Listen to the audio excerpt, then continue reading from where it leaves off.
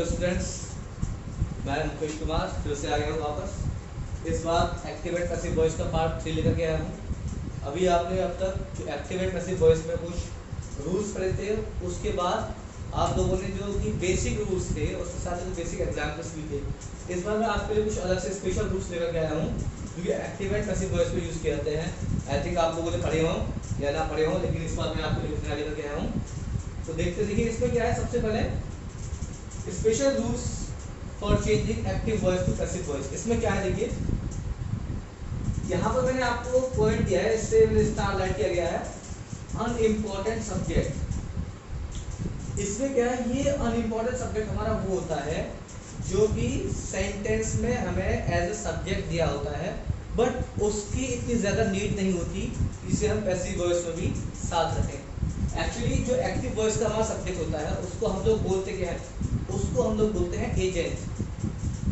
जो हमारे पास सब्जेक्ट होता है एक्टिव वॉइस का उसको हम बोलते हैं एजेंट। और जैसे कि यहाँ में दिया समवन, और इस एजेंट को केवल हम पैसिव वॉइस में तभी यूज करते हैं जब उसकी बहुत ज़्यादा नीड हो, बहुत ज़्यादा ज़रूरत हो। अगर उसकी नीड इतनी ज़्यादा नहीं है तो उसे हम यूज़ करें तो हम उसे रिमूव कर देते हैं। इसी तरह से जैसे इनमें कुछ अनइम्पोर्टेंट जो सब्जेक्ट्स हैं वो मैंने लिख रखे हैं। समवन है, somebody, everyone, everybody, none, nobody, anyone, anybody, one, we, they, people, all of them, all people, all etcetera, और भी बहुत सारे कुछ आ जाते हैं। अब इनमें क्या है, कुछ सेंटेंसेस हमारे ऐसे होते हैं जहाँ पर हम वी की जगह पर लिखते हैं बाय देम। तो वी और दे की जगह, सॉरी, वी की जगह पर लिखते हैं बाय अस, और दे की जगह पर लिखते हैं बाय देम। लेकिन यहाँ पर कुछ जगह पर हमारे ऐसे सेंटेंसेस होते हैं जहाँ पे इस वी और दे का यूज ज़्यादा नहीं होता। तो अगर हम सेंटेंस जिसे पैसिव वॉइस में चेंज कर रहे हैं उसमें अगर हम इस वी और दे की जगह पर बाय देम ना लगाएं तो वो सेंटेंसेस हमारे रॉन्ग नहीं होते हैं। इस तरीके से मैं आपको कुछ एग्जाम्पल समझाता हूँ। हालांकि जो मोस्टली जिन वर्ड्स की हम बात करते हैं वो इस तरीके से होते हैं। जैसे एग्जाम्पल हम देखें, देखिए ये हमारे पास someone stole my pen in the class. अब देखिए सब्जेक्ट हमारे पास जो है वो समवन है, this is the agent. Agent हमारे पास है someone. Someone stole my pen in the class, और ऑब्जेक्ट हमारे पास में क्या है, माय पेन, ये ऑब्जेक्ट है। Someone stole my pen in the class. अब यहाँ पर क्योंकि समवन है हमारे पास, इतना इंपॉर्टेंट क्यों नहीं है, इंपॉर्टेंट नहीं है ज्यादा। क्यों? बिकॉज क्लास में मेरा पेन किसी ने चुरा लिया, पर किसने चुराया मुझे मालूम नहीं है, तो इसलिए मैं किसी पे फोर्स नहीं कर सकता, किसी का नाम नहीं ले सकता, किसी के बारे में बता नहीं सकता कि इसने मेरा पेन चुराया है। मुझे डाउट है, इसलिए इसको हम इतना इंपॉर्टेंट नहीं मानेंगे। और जब हम इसका पैसिव वॉइस बनाएंगे तो हमें क्या करना है, जो ऑब्जेक्ट है उसको तो सब्जेक्ट में लेके आना है, माय पेन। अब stole, this is the second form of verb, second form of verb, and denotes the tense past. So my pen was stolen in the class. This will be the right sentence. Next is also people drink tea all over the world. अब देखिए इसमें subject हमारा क्या है, people। एक चीज हमें समझने वाली है इसमें थोड़ी सी कि कंफ्यूजन हो सकता है बच्चों को। उसके सर पीपल तो हम और जगह पर लेते हैं, तो पीपल की जगह पर हम बाय पीपल लगा देते हैं। तो देखिए यहाँ पर अगर बात करें drink tea all over the world, अगर बात करें, टी एक ऐसा पेय है जो कि दुनिया में आप मैक्सिमम जहां भी जाएंगे अधिकतर आपको मालूम नहीं पड़ेगा कि जिस भी घर में आप जाएंगे वहां चाय जरूर पीने वाले लोग, टी पीने वाले लोग जरूर मिलेंगे। इसलिए ये जो पीपल हमारा है, इस पीपल को हम इतना इंपॉर्टेंट नहीं मानते, इसको अनइम्पोर्टेंट मानेंगे। और इसके अकॉर्डिंग जब हम इसका पैसिव वॉइस बनाएंगे तो T is drunk all over the world, केवल इतना आना पड़ेगा हमें।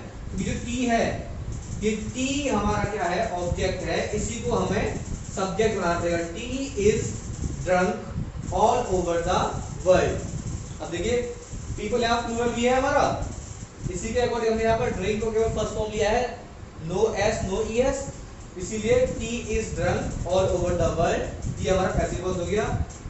ये हमारा एक फर्स्ट रूल है इसका, जो कि स्पेशल रूल्स में आता है। अभी और देखें इसमें हम, तो आगे है हमारा इसके पास second, models in passive voice. देखिए मॉडल्स के बारे में कुछ बच्चों को कंफ्यूजन रहता है कि सर मॉडल का यूज हमें किस तरीके से करना है पैसिव वॉइस में, एक्टिव वॉइस में किस तरह से दे रखा है, पैसिव वॉइस में किस तरह से। तो देखिए बहुत ही सिंपल सा तरीका आपको बता रहा हूँ।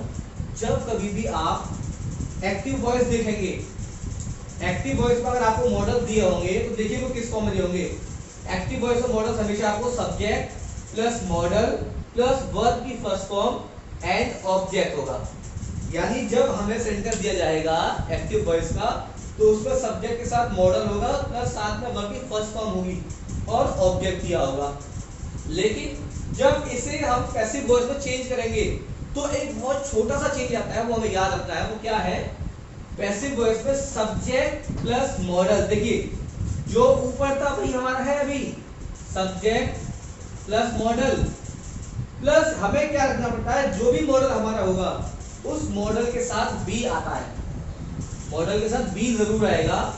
और जब बी आ जाएगा तो बी का मतलब है अगर बी आपके साथ आ गया सेंटेंस में किसी भी वर्ड के साथ किसी मॉडल के साथ, समझ लीजिए वर्ब की थर्ड फॉर्म ही लगेगी। तो ध्यान रखेंगे जब आपको एक्टिव वॉइस में मॉडल्स का यूज दिया गया है और आपको उसका पैसिव वॉइस बनाना है तो याद रखें subject modal be third form of verb plus जो हमारी प्रीपोजिशन है बाय वो एंड देन एजेंट जो हमें दिया गया है। इंपॉर्टेंट को लगाएंगे, नहीं है तो नहीं। एग्जांपल देखिए बस इसका दिया है मैंने, I can lift this box, active voice में दिया है, सब्जेक्ट हमारे पास आई है, मॉडल हमारे पास कैन है, लिफ्ट वर्ब है हमारी first form of verb, this box is the object, ये ऑब्जेक्ट है हमारा।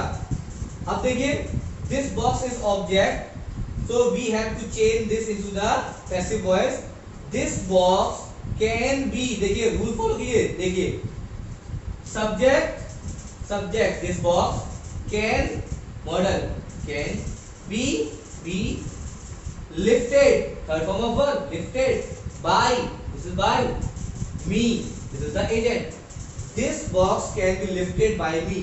तो ये हमारे पास हो गया मॉडल्स इन पैसिव वॉइस, किस तरीके से मॉडल्स को यूज करना है हमें।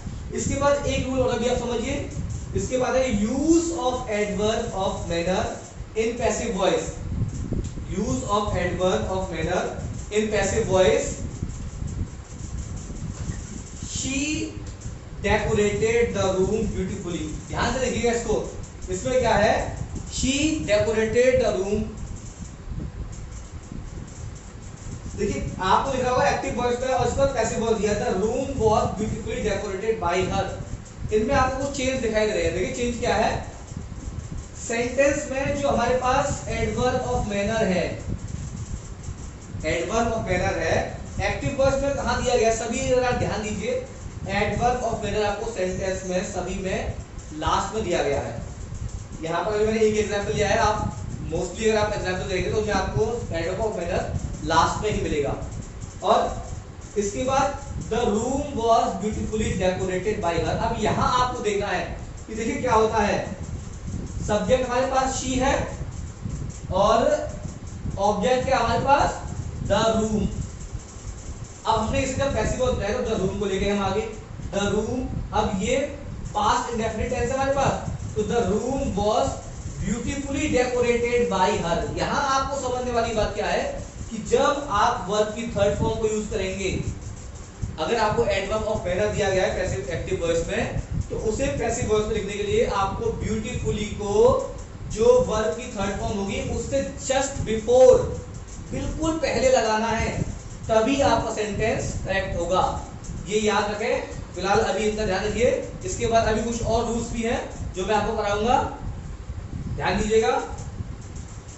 Thank you.